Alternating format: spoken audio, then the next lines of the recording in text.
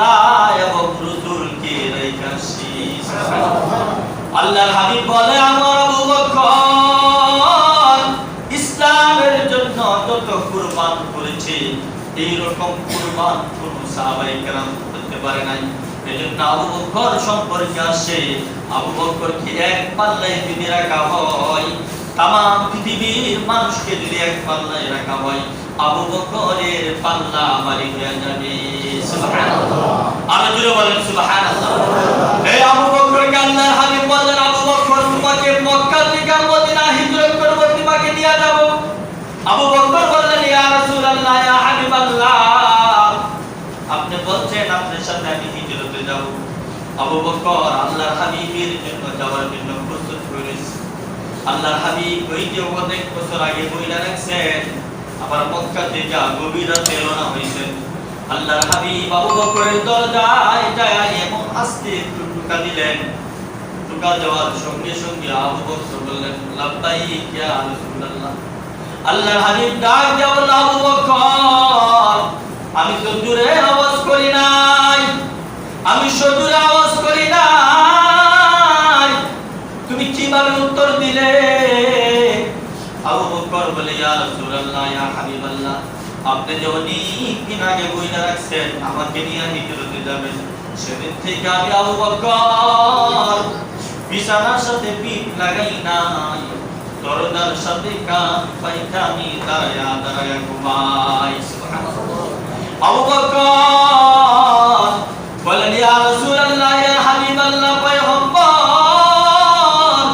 আপনি যদি আমাকে এসে ডাকেন, ডাকের সঙ্গে সঙ্গে যদি আমি উত্তর না দিতে পারি, আপনি দাঁড়ায় দাঁড়ায় থাকবেন, কষ্ট হবে রাহমাতাল লিল আলামিন। আমি কেমন আপনার আশিক, কেমন প্রেমিক হইলাম যে আমি আপনার জন্য একটু রাস্তে জাগ্রত থাকতে পারবো না। আবু বকর বলেন আমার ছেলে মেয়ে সকলেই বলে আব্বু খাওয়ার জন্য এরকম ভাবে দাঁড়ায় থাকো, খাওয়ার জন্য রাতের ঘুম হারাম করে দাঁড়িয়ে থাকো। আবু বকর বলে রাহমাতাল লিল আলামিন, আমাকে নিয়ে হিজরতে যাবে। সুবহানাল্লাহ। এই আবু বকর আল্লাহর হাবিবের সাথে চলে গেলেন। আল্লাহর হাবিবের সাথে চলে আসর পর্বতে গিয়েছিলেন। আল্লাহর হাবিবের কষ্ট হবে আবু বকর সহ্য করেন নাই। গুহায় যাওয়ার পর প্রত্যেকটা কানা ছিদ্র দেখা যায়, এই ছিদ্র দিয়ে সাপে দর্শন করতে পারে, কামড় দিতে পারে। আবু বকর যায় এই ছিদ্রগুলো তিনি বন্ধ করে দিয়া একটা ছিদ্র বন্ধ করে দিতে পারেন না। এই ছিদ্রের মধ্যে পা দিয়া বন্ধ করে রাখলেন। আল্লাহর হাবিব তার রাত মুবারক ঘুমায়। আল্লাহর হাবিব ঘুমাইতে ঘুমাইতে হঠাৎ করে দেখে চোখের এক ফোঁটা পানি আল্লাহর হাবিবের চেহারা মুবারকে পড়ে গেল। আল্লাহর হাবিব জাগ্রত হয়ে বলল আবু বকর কেন তুমি ঘুমাই কান্দ? পালের কথা মনে হয়েছে নাকি, বেবি বাচ্চার কথা মনে হয়েছে নাকি? আবু বকর বলে না না না পয়গম্বর, যেদিন থেকে আমি ইসলাম গ্রহণ করেছি সেদিন থেকে সবকিছু আমি কুরবান দিয়া আপনাকে সবচেয়ে বেশি মহব্বত করি, ভালোবাসি। সুবহানাল্লাহ। কেন তুমি কান্দো আবু বকর? আবু বকর বলে পয়গম্বর এই যে ছিদ্রের ভিতরে পা ঢুকা রাখছিলাম কে যেন কামড় দিল, ব্যথায় কান্দি। আল্লাহর হাবিবের লালা মুবারক দিয়া দেওয়ার সঙ্গে সঙ্গে ভালো হয়ে গেল। বলেন সুবহানাল্লাহ। আল্লাহর হাবিব বললেন কে তোমাকে কামড় দিয়েছে? সাপকে জিজ্ঞেস করলেন সাপ আমার আবু বকরকে তুমি কেন কামড় দিলে? সাপ বলে পয়গম্বর আমি শুনেছি রাহমাতাল লিল আলামিন আখিরি নবী আখিরি পয়গম্বর এই দিকটা সফর করবে আর এই সর পর্বতে আসবে, আমি তার চেহারাটা একবার দেখার জন্য হাজার হাজার ছিদ্র করে রাখছি। আজকে দেখি আবু বকর সব ছিদ্রগুলো বন্ধ করে দিয়েছে, আমি তো আপনার চেহারা মুবারক দেখতে পারি নাই। এই জন্য বিরক্ত হয়ে আমি আবু বকরকে কামড় দিয়েছি। আল্লাহর হাবিব বললেন আমাকে না দেখে থাকতা তারপর আবু বকরকে কেন কামড় দিলা? সাপ বলে আবু পয়গম্বর রাহমাতাল লিল আলামিন, আমি সাপ যদি কামড় দেয় আমি জানি বিশ্বের সেরা ডাক্তার রাহমাতাল লিল আলামিন বহার করতে আছে, আমার এই সাপের দংশন, এই কামড়ের ব্যথা রাহমাতাল লিল আলামিনের থুতু মুবারক লাগাইয়া দিতে দেরি হবে, এটা দূর হইতে দেরি হবে না। সুবহানাল্লাহ, আরো জোরে বলেন সুবহানাল্লাহ। এইরকম আবু বকরকে রাহমাতাল লিল আলামিন ভালোবাসতেন, কিন্তু আল্লাহর থেকে বেশি না, কম। এজন্য ভাই বলছি, দুনিয়াকে আপনি বেশি প্রাধান্য দেওয়া যাবে না, দ্বীনকে বেশি প্রাধান্য দিতে হবে। আমার ছেলে মেয়ে ধন দৌলত যা কিছু আছে সব থেকে আমার আল্লাহ এবং রাসূলকে সবচেয়ে বেশি ভালোবাসতে হবে, ঠিক নাকি বলেন? আল্লাহ এবং রাসূলকে সবচেয়ে বেশি ভালোবাসতে হবে, সবচেয়ে বেশি মহব্বত করতে হবে। এই দিলটার মধ্যে, অন্তরটা, কলবের মধ্যে তাদের দুইজনের ভালোবাসা সবচেয়ে বেশি রাখতে হবে। তাহলে ভাই জান্নাত এবং আল্লাহ ওয়ালা হওয়া যাবে, ঠিক নাকি বলেন? এই আল্লাহ এবং রাসূলের ভালোবাসা আমাকে থাকবে, দ্বীনি ভালোবাসা আমার ভিতরে বেশি থাকবে।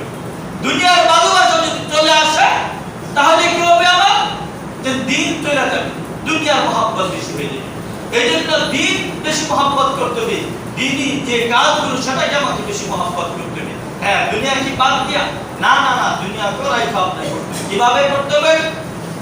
আল্লামা রুমি রাহমাতুল্লাহি আলাইহি উদাহরণ স্বরূপ বললেন, আল্লামা রুমি রাহমাতুল্লাহি আলাইহি বলেন, চিস্তে দুনিয়া আদ খুদা খাফেল খুদা মাইমাশুন করাও ফরজিন নজর আবেদর কিস্তি হালাকে কিস্তিয়াত আবে আন্দর জিরে কিস্তে কুস্তিয়া।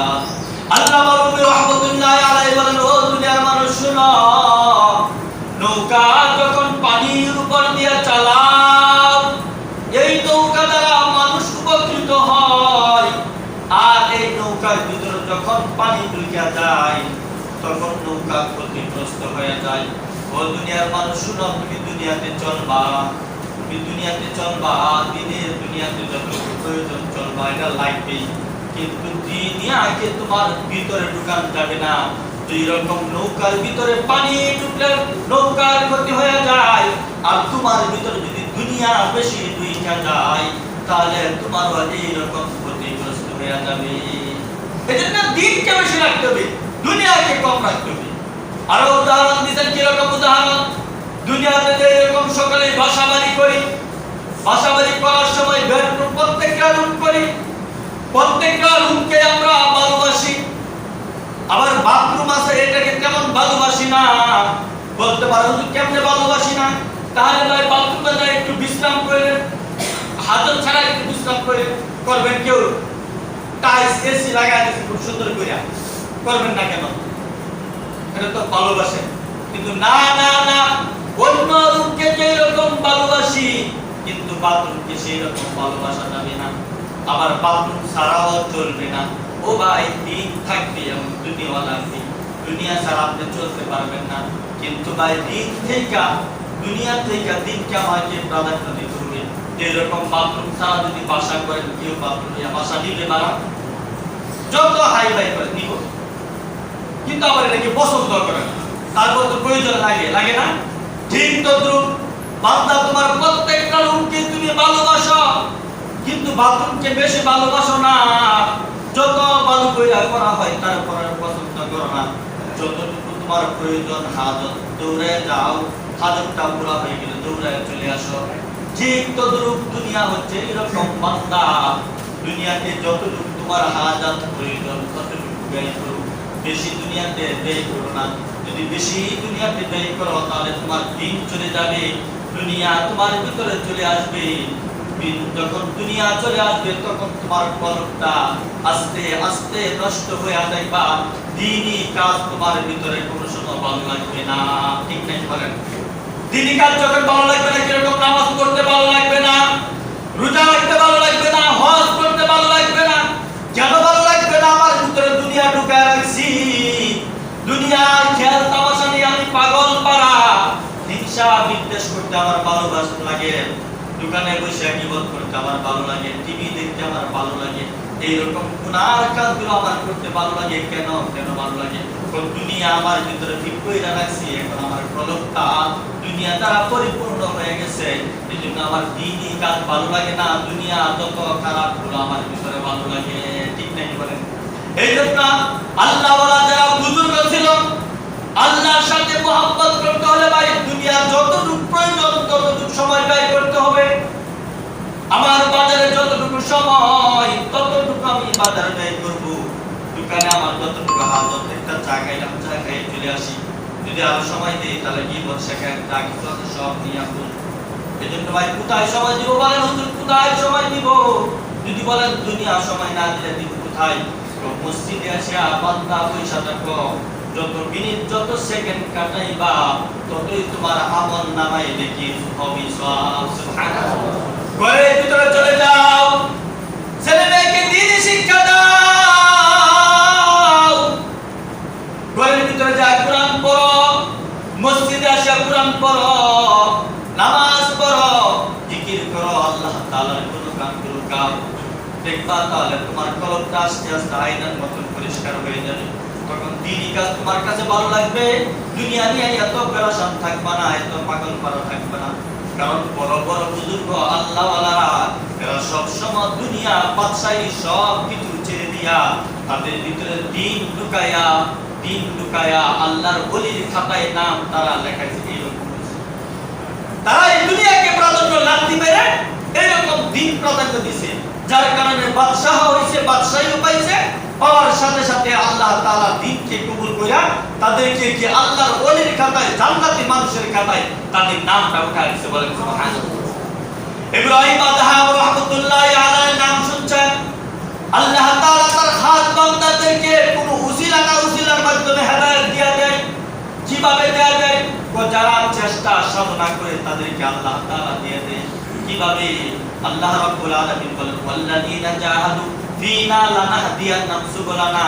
বান্দা যখন আমার পথে চলার জন্য চেষ্টা করে, সাধনা করে, আমি তখন বান্দাকে চলার জন্য যত সহযোগিতা সাহায্য আমি আল্লাহ তাআলার পক্ষ থেকে বান্দাকে করে দেই। সুবহানাল্লাহ।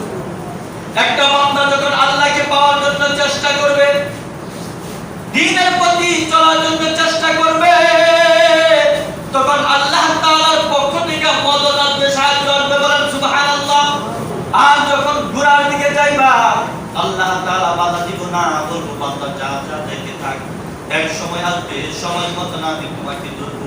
আর যখন জান্নাতের পথে চলার জন্য বান্দা পেরেশানি করবে, চলবে, আল্লাহ তাআলা সেটা সহযোগিতা করবে। বলেন সুবহানাল্লাহ। এজন্য বান্দা আল্লাহ তাআলা পরীক্ষা, দুনিয়াটা পরীক্ষার জন্য পাঠাইছেন। এখানে কাউকে বাধা দেওয়া হবে না, কেউ যদি চুরি করে বাধা দেওয়া হবে না, কেউ যদি নামাজ পড়ে বাধা দেওয়া হবে না, কেউ যদি জিনা করে বাধা দেওয়া হবে না, কেউ যদি নেক কাজ করে বাধা দেওয়া হবে না। যে যেইভাবে যাইতে পারে আল্লাহ তাআলা বাধা দিবেন না।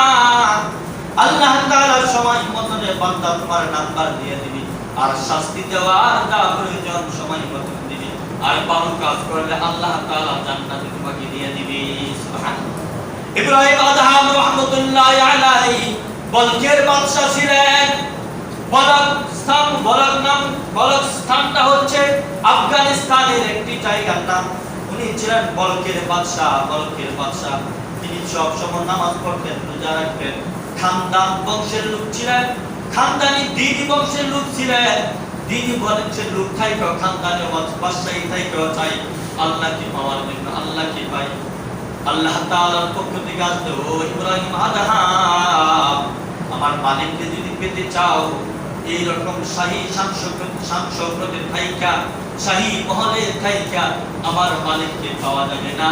আমার মালিককে পেতে হলে তোমার বাদশাহী সাইরা দ্বীনের প্রতি তোমার চলতে হবে। সুবহানাল্লাহ। এই দিকটা আমরা চাই কোটিপতি হয়ে যান, আবার এই দিকটা একবার আল্লাহর ওলি হয়ে যান। এরকম হয় না? অনেক দেখবেন বুজুর্গ মানুষ আছে, একবার আমার আজীবন যা কিছু করছে শেষ বয়সে দাড়ি জুব্বা লাগাইয়া একবারে মাস্তা 10টা বিল্ডিং কয়েকটা দাম, আর এই দিকটা হেওয়ান একবারে আজকে একদিনও বললো নাকি গাজীপুরের সবচেয়ে বড় সন্ত্রাস। অনেক দেখলে জীবনে বিশ্বাস করতে না, একটা বছর প্রতিবেদ থেকে আর দেখলে, কিন্তু হ্যাঁ যে আকাঙ্ক্ষা যে দিকটা করতেছে এটা কেউ বুঝতে পারতেছে, হ্যাঁ কামনি করতেছে। কিন্তু তার জুব্বা দাড়ি রেখে সেই ভিতর দিতে কাজ করে। তো এইরকম যে দুইটা জিনিস পাওয়া যাবে না ভাই, একসাথে এই দিকটা কোটিপতি, আমার এই দিকটা আল্লাহকে পাওয়ার জন্য, এটা দুইটা একসাথে যে কোনো একটা হবে। যারা বড় বড় বুজুর্গ আল্লাহওয়ালা এরা দেখবেন দুনিয়া নিয়ে এত ব্যবসা না, এত পাগল না। ইব্রাহিম আদহাম রহমতুল্লাহ আলাইহি শান শওকতে শাহী ওয়ালে শুয়ে আছে, হঠাৎ করে সাদের মধ্যে আওয়াজ। ইব্রাহিম আদহাম কয় কিসের আওয়াজ? বাদশাহ তো রাগ, মিজাজ তো খারাপ, বেশি গরম, তার মিজাজে আর বরদাস্ত করতে পারে নাই। উপরে যায় বলে, ও বুকা তুমি কি করো এই ছাদের উপরে? কখন তালাশ করি, কখন কি ছাদের উপরে, যদি পেতে চাও জঙ্গলায় চলে যাও, এই জঙ্গলার মধ্যে উঠ পাই না। ডাক দিয়া বলে, বাদশাহ আমি যদি উঠ ছাদের উপর না পাই, জঙ্গলায় পাই, আমি যদি আহম্মক বোকা হয়ে যাই, আপনি হচ্ছেন আমার চেয়ে আরো বোকা। আপনি শাহী মহলে বাদশাহী থাইকে আমার মালিককে পেতে চান, আমার মালিককে যদি পেতে চান, এই শাহী মহলে থাইকে পাওয়া যাবে না, দ্বীনের জন্য সবর করতে হবে। সুবহানাল্লাহ।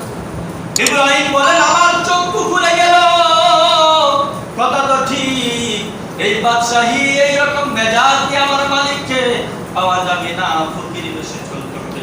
এই বাদশাহী ছেড়ে ইব্রাহিম আদহাম দৌড়ায়, বনজঙ্গলে দৌড়ায়, আমার মালিককে তালাশ করে। ও ভাই, মালিককে তালাশ করতে করতে দিনই সফর করতে করতে করতে করতে আমার মালিক খুশি হয়ে গেলেন। বলেন সুবহানাল্লাহ। আমার মালিক বলে, ও ইব্রাহিম আদহাম, তুমি ছিলা বাদশাহ, এখন শুধু বাদশাহ না, বাদশার সাথে আরেকটা নাম যোগ করে দিলাম, সেই নামটা হচ্ছে আল্লাহর ওলি।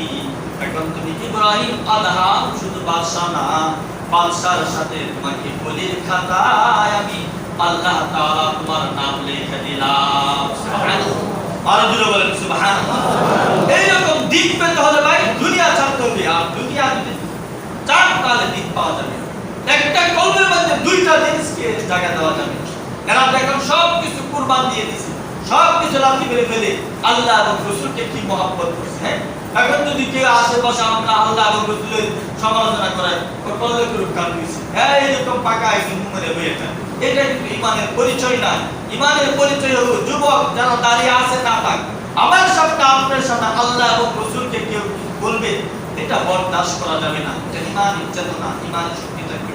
অবশ্যই আমরা সব কিছু থেকে আল্লাহ এবং রাসূলকে বেশি ভালোবাসি। কাকে বেশি ভালোবাসি? আল্লাহ এবং রাসূলকে। আল্লাহ তাআলা আমাদের সকলের অন্তরে আল্লাহ এবং রাসূলের ভালোবাসা মহব্বত পয়দা করে দিন। সকলে বলে আমিন। ওয়া আখিরু দাওয়ানা আলহামদুলিল্লাহি রাব্বিল আলামিন।